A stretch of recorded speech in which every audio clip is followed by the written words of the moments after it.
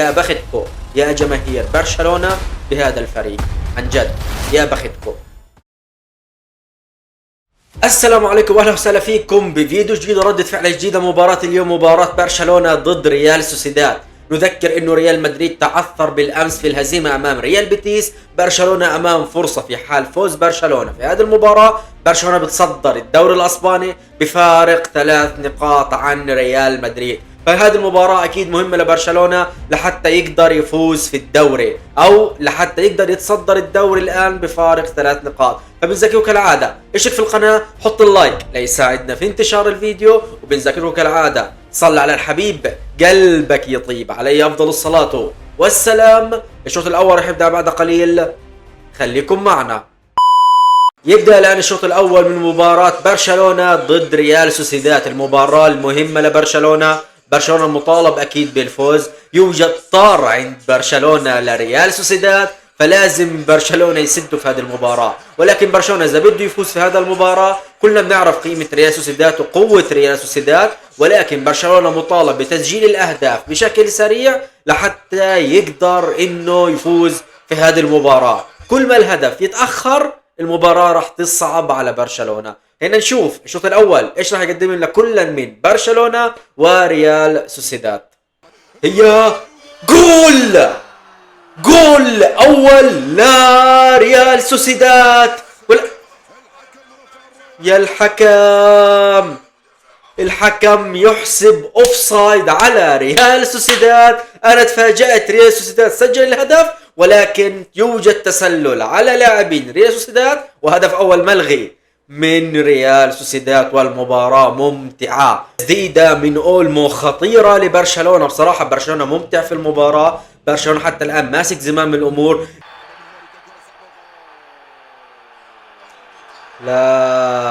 لا خطأ مستحق وبطاقة حمراء مستحقة على لاعب ريال سوسيداد. والآن المباراة راح تتحول من مباراة إلى مسرحية لبرشلونة. هي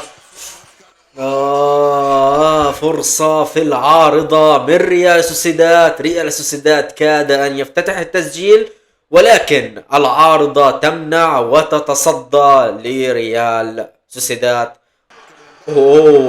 فرصة خطيرة من بيدري والضغط على حارس المرمى، والحارس كاد أن يتسبب بتسجيل الهدف الأول لبرشلونة. ولكن يا اخوان بيدري يحكى فيه الأشعار، رغم اني مدريدي ولكن من اللاعبين اللي بحب اشوفهم على أرضية الملعب هو بيدري. لا هدف أول لبرشلونة. برشلونة سجل الهدف الأول. سجل برشلونة، والله سجل، والله يا أخي برشلونة سجل وبيستحق التسجيل.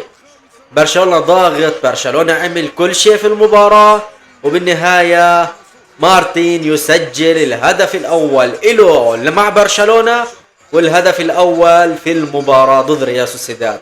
المباراة صعبت كتير على ريال سوسيداد.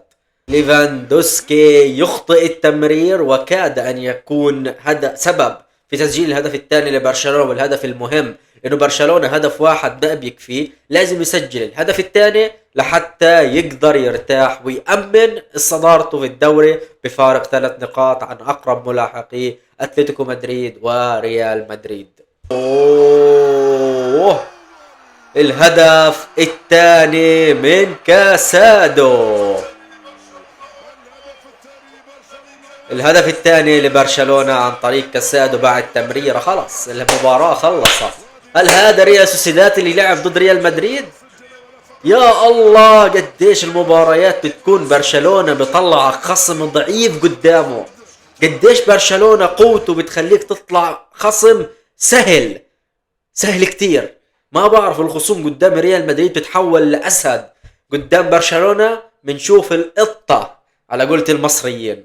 الشوط الأول ينتهي بتقدم برشلونة هدفين دون رد. بصراحة برشلونة قدم شوط أول مرتفع وعالمي، لاعبين برشلونة واقفين على أرضية الملعب والرسم التشكيل على أرضية الملعب فعليا رائع، ومنع ريال سوسيداد من إنه يظهر أي خطورة على مرمى تشيزني، على مرمى برشلونة. أكيد الطرد كان له أثر في نزول القوة سواء الدفاعية أو الهجومية أو البناء في اللعب لريال سوسيداد، ولكن الطرد مستحق وبرشلونة عرف يستغل النقطة هذه وسجل هدفين وتقريبا المباراة انتهت. وبرشلونة الآن سينزل الشوط الثاني سواء لراحة اللاعبين لأنه قدام مباريات مهمة سواء في دوري الأبطال أو في الدوري أو في الكأس، أو لحتى يزيد غلة ويزيد الفوز على ريال سوسيداد. خلينا مع بعض نشوف الشوط الثاني ايش راح يقدم لنا ريال سوسيداد وبرشلونة.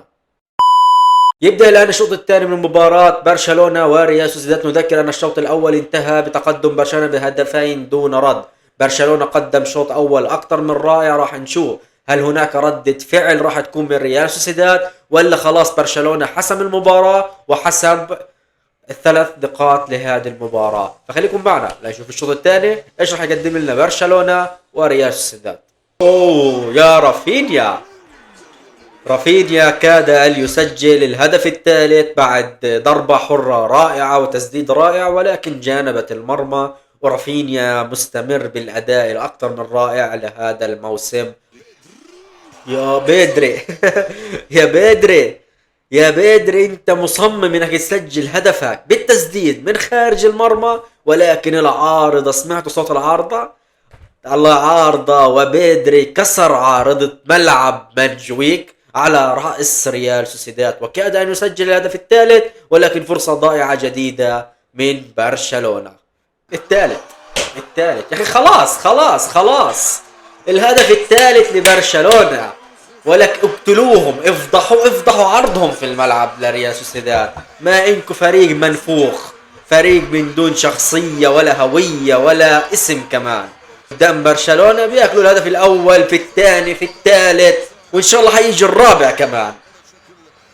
هدف ثالث لبرشلونة عن طريق آراوخو يسجل الهدف ويزيد حصالة المباراة بتسجيل الهدف الثالث ضد ريال سوسيداد.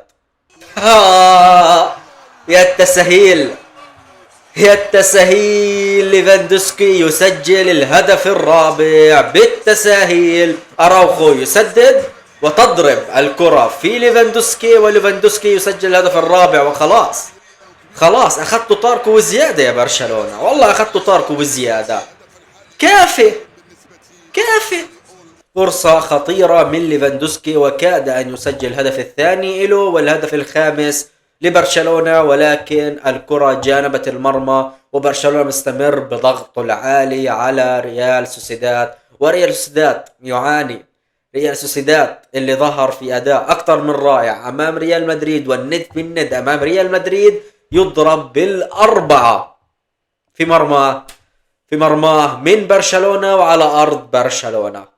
الشوط الثاني والمباراة تنتهي بفوز برشلونة ب4 أهداف مقابل لا شيء لريال سوسيداد.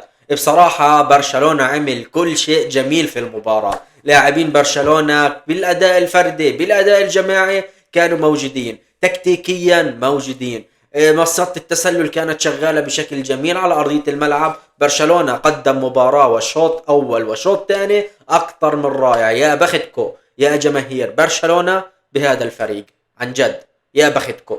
فما بنقدر نقول غير مبروك لبرشلونة. الآن برشلونة يتصدر الدوري الأسباني ويعتلي مركز الترتيب بالمركز الأول بفارق 3 نقاط عن ريال مدريد وأتلتيكو مدريد. مبروك لجماهير برشلونة. ومن هان للفيديو القادم طمنوا عنكم دايما من شان الله، والسلام.